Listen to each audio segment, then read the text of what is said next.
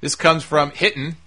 I'm as excited as anybody about this new network. However, if it's a username and password enrollment, I can see a group of several family, friends, and acquaintances sharing one subscription, like people do with Netflix, and hence reduce revenue levels, even technical glitches with millions of users logging into the live stream of one pay-per-view and the system just crashing. Luckily, I have the luxury of having to wait until later in the year, being in Canada, to find out how the network has been received.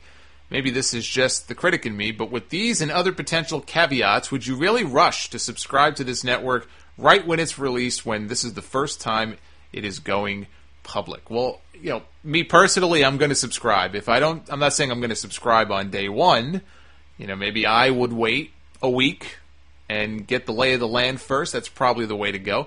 I mean, when like a new device comes out, like a new phone or a new operating system, take that for example. I am very slow to change when it comes to iOS. I am still running iOS 6 on my iPhone, and at some point I'm sure I'll have no choice but to upgrade. But my logic initially was, I want to wait and see how iOS 7 is received by people, because there could be bugs. People upgrade and all of a sudden they lose stuff, or their music app doesn't work the same way, or their volume is too high. I mean, whatever the glitch is. I'm with you. I'm one of those people typically who will take a wait-and-see approach. I don't have to be the first person in line on day one.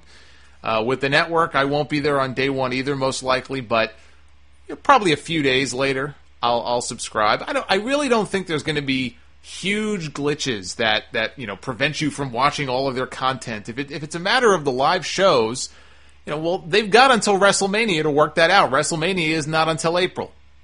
So that would be when the biggest glitch might hit, and I don't have to worry about that either, because I'll actually be in New Orleans, so I'm not watching WrestleMania on my computer. I'm not watching WrestleMania on my iPhone with my 4-inch screen. But the user login thing that you mentioned is kind of an interesting point. I would have to think that they'll have the technology in place to prevent that from happening, because you're right. All it would take is one person in a household to subscribe, and then if you've got 4 people in that household, or let's say I subscribe, and I've got 5 friends who want the WWE Network, well, here's my login credentials. Go for it. So I would have to think that they'll put something in place that maybe allows for only 2 simultaneous logins, so that way if you've got 2 people in a household, they can log in, but beyond that it won't work. I just don't know. They haven't really talked about that.